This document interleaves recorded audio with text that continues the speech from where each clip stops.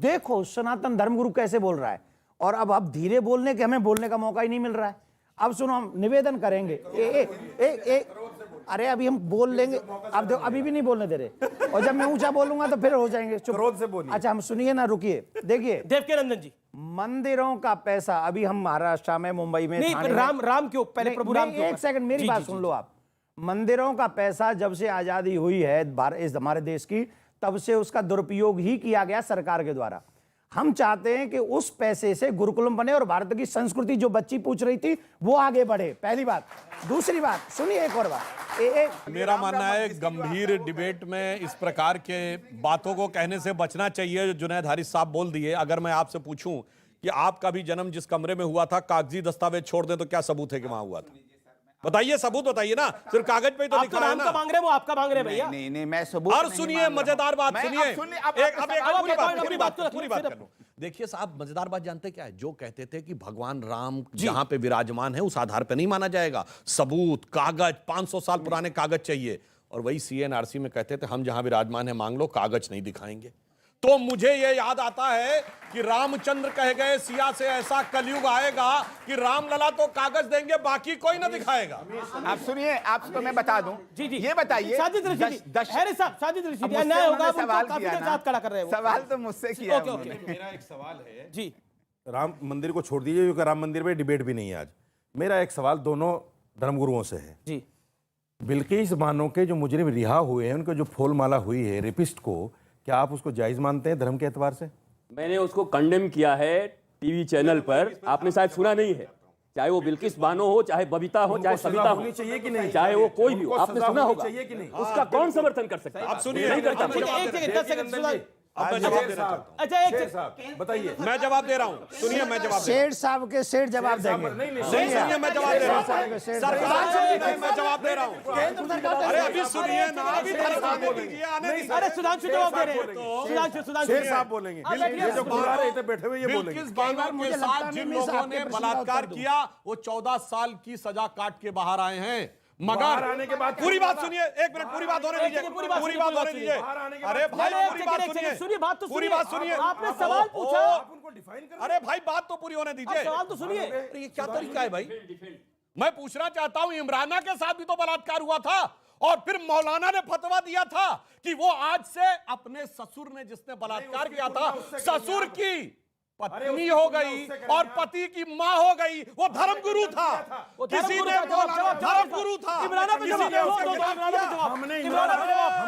को भी कंडेम किया, इमराना को जवाब दो, हमने इमराना को कंडेम किया है, हमने कंडेम किया, कंडेम में भी कर रहे हैं। जी बड़ा प्रताड़ित नहीं हो सकता कि वो बलात्कारी की पत्नी हो गई। अपने सवाल तैयार रखिए, मैं 3-4 सवाल ले रहा हूं, बोलिए सर।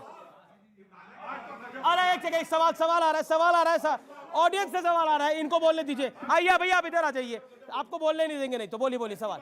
अरे सुन लीजिए भाई, पब्लिक पूछ रही है कुछ। ऑडियो डाउन, पीसीआर देखिए व्यूअर्स, ऑडियो डाउन कर दिया मैंने सबका। अब आखिरी दौर है चर्चा का। सर ऑडियो डाउन, ओके, बोलिए सवाल क्या है? हमारे सनातन धर्म में ये पद्धति रही है कि कोई अगर अपराध करता है तो उसके लिए प्रायश्चित करने का प्रावधान है। और जब वाल्मीकि रामायण लिखने वाले महाकवि पहले क्या थे और उसके बाद महाकवि कैसे बन गए, ये आप लोग को ज्ञात होगा। जी सुनिए बड़े ध्यान से, उन्होंने बेसिक बोला। गंभीर चर्चा है, सनातन आस्था का अमृत काल। संस्कृति का अर्थ पहले यहां बैठे लोग जानते हैं। संस्कृति में क्रि शब्द है, करना को बोलते हैं, क्रि शब्द से धारण करते हैं। जब सुभत्व का कोई आधान करके कोई कर्म करता है तो उसको संस्कृति कहते हैं। प्रकृति को सुख की ओर ले जाता है तो संस्कृति कहते हैं। जी। पर जब कोई विकृत कर देता है, उसको खराब कर देता है, तो उसको विकृति कहते हैं। यहाँ विकृत शब्दों का प्रयोग नहीं होना चाहिए। ओके, आप अपनी 10 सेकंड में बात रखिए। 10 सेकंड।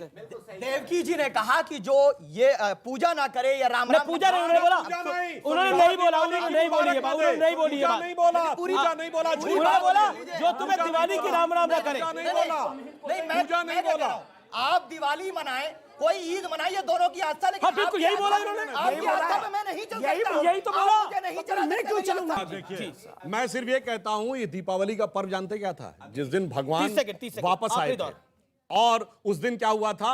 भरत ने थाली में खड़ाऊ रखकर अपने सगे बड़े भाई का स्वागत किया था। ठीक, यह है राम की परंपरा। और एक है बाबरी की परंपरा। औरंगजेब ने सगे बड़े भाई दारा शिकोह का सर काटकर थाली में रख के स्वागत किया था। अब ईद मनाओ चाहे दिवाली, अपने घर में क्या चाहते हो देख लो, राम की परंपरा या बाबर की परंपरा। जी जी जी, अब आखिर में कुछ सुना दीजिए देवकी नंदन जी, सुनाना तो पड़ेगा। अब मैं सुना नहीं सकता क्योंकि मैं दूसरे मोड पे हूं, पर एक बात अपने सनातनियों से सबसे कहूंगा, जो आपके और आपके कल्चर की रिस्पेक्ट करे आप उसकी रिस्पेक्ट कीजिए, और जो आपकी और आपके संस्कारों की रिस्पेक्ट न करे, जो आपके धर्मगुरु से कहे इस पे कार्रवाई करो, तो उससे कहो कि उस पे भी कार्रवाई करो। क्यों? क्योंकि जो टिट फॉर जी टैट। जी जी, बहुत बहुत शुक्रिया, बहुत बहुत शुक्रिया, बहुत बहुत शुक्रिया, बहुत बहुत शुक्रिया। अंत में देखिए, आचार्य जी ने कहा कि वो दूसरे मोड में है, तो मैं मोड चेंज करके बोलता हूं। राम लला का धाम बन रहा है, और हम खूब सुने ना बचपन में राम जी का भजन, ठुमुक चलत रामचंद्र बाजत पैजनिया, पर जरूरत पड़ेगी तो धमक चलत रामचंद्र हालत लंकनिया। जी जी जी, बहुत बहुत शुक्रिया, बहुत बहुत शुक्रिया इस चर्चा के लिए। प्रभु श्री राम की जय। सनातन धर्म में आस्था सबकी हो, ये सबसे महत्वपूर्ण है, और देश के प्रति प्रेम विश्वास सबका हो, ये सबसे महत्वपूर्ण है। जय हिंद, वंदे मातरम, नमस्कार।